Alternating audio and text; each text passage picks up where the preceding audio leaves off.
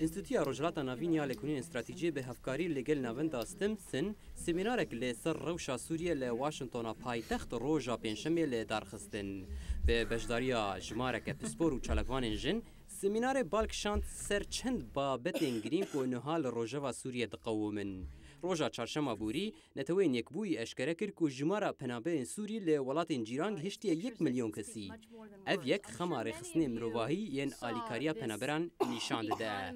لآلیه کدن پشتی که وزیر درویه امریکا جان کیری راگهان که حکومت اوی 6 میلیون دلار وکو آلیکاری پیشکشی اپوزیسیون سوریه دیگه گلک پرس درکتنه هوله به تایبت درباره ناسنامه آوان سرهلداین که وان آلیکاریان ور بگیرن. As the revolution progressed, we also took on the role of creating relief pipes throughout the country. لەگەڵ پێشبەچوونی شۆڕشەکە دەستمان بە پێکێنانی هێلی بە هاوارچوون لە ناو وڵات کرد. ئێستاش سەبەدەی خۆراک و هەروەها پەتومان لە وەرزی سەرما بەناو خەڵک بڵاو کردوتەوە.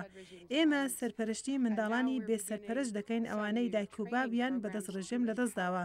ئێمە دەستمان بە پرۆگرامی نوێ کردووە بۆ بەهێزکردنی کۆمەلگای مەدەنی.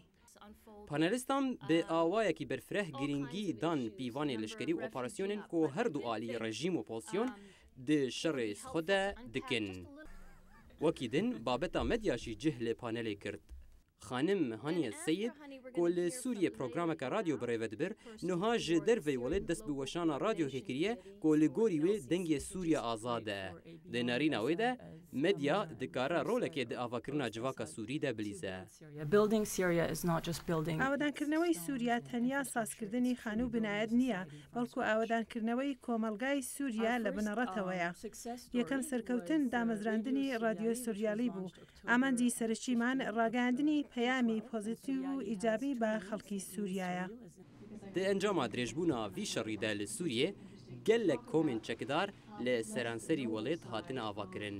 Rola wan jî ji cihekî bo cihekî din cuda ye. Lê dema ku behsa çekdarên opozisyonê dibe, yekser ew komên çekdar yên biyanî tên bîra mirov ku vê dawiyê hebûna wan bi awayekî berbiçav zêde bûye. Grupên wekû Cebhetun Nusra ku girêdana wan li gel El-Qaîda heye, lê gelek deverên jêr dest opozisyonê bûne xwedî desalat. لێ دەڤەرێن کوردان ژی بەتایبەت لە باژارێ سەرێکانیە gelek şer di navbera wan û çekdarên Kurd de peyda bûye. Niha agîrbestek li navbera her du aliyan çêbûye û Cebhetun Nusra êdî li gel Kurdan rêveberiya bajêr dike. I actually don't think it's an issue of radicalization. پێم وانییە مەسەلەکە ڕادیکالیزەکردن بێت. هەردوو لە شەڕکردن بە دژی ڕژێمی ئەسەد بە مەسەلەی یەکەم دادنێن. بەم شێوەیە زیاتر ئامادەن هاوکاری یەکتر بکەن تا نەیاری. بەڵام بەداخەوە لە پاش ڕووخانی ڕژێم شەڕ لە ناو هەردوولایەن دەست پێ دەکرێتەوە. بە تایبەتی کە جەبهەتون نەسرا یارمەتی لە تورکیا وەردەگرێت لە دژی کۆمەلگای کوردی سووریا. ناکۆکی و گرژیا تایفی li Sûriyê di 2 salên dawî de bilind bûye. Li gorî gelek pisporan ev jî encamên zêdebûna asta tundutijiya rejîmê ye. Lêgelo heta çira de ev têgeh belav û karîger e. Dibe ku ev pirs piştî roxandina rejîma Esed were xuya kirin. سیروان وابزانم باسەکی زۆر بەسوود بوو بە تایبەتی بۆ ئێمەی کە لە دەرەوەینەوە بۆ خۆدەزانی لە سووریا زۆر سەختە زانیاری سربەخۆ کە پژڕاز بکرێ بێنە دەرێ بەڵام هێندێک لەو پانێڵسانەخواان بەم دوایانە بە تایبەتی سەردانی سووریاشان کرد بوو. بەێ ڕاستی معتەبەر و تشتە هەری باکێش و بەحسە هەموو تشتێن و نەهاد سووریە چێ دەبن ترسا سەر ڕادیکالبوونا شۆڕەشا سووریا سەردانا کۆ سووریە چێت بێ مەسەلادن مەسەلا دانوستاندنên bi civaka navnetewî heta kîjan redeyê ev grupên çekdar ku hundir Sûriyê dikar dikin dikarin bandorê li ser pêşa roja welat bikin. ئەوەی لە لام زۆر سرنجڕاکێشش بوو باسی ئەنجومەنەکانی خۆدەیان کرد کە ئەم ئەنجومەنانە چۆن کاروبار هەڵدەسوڕێنن.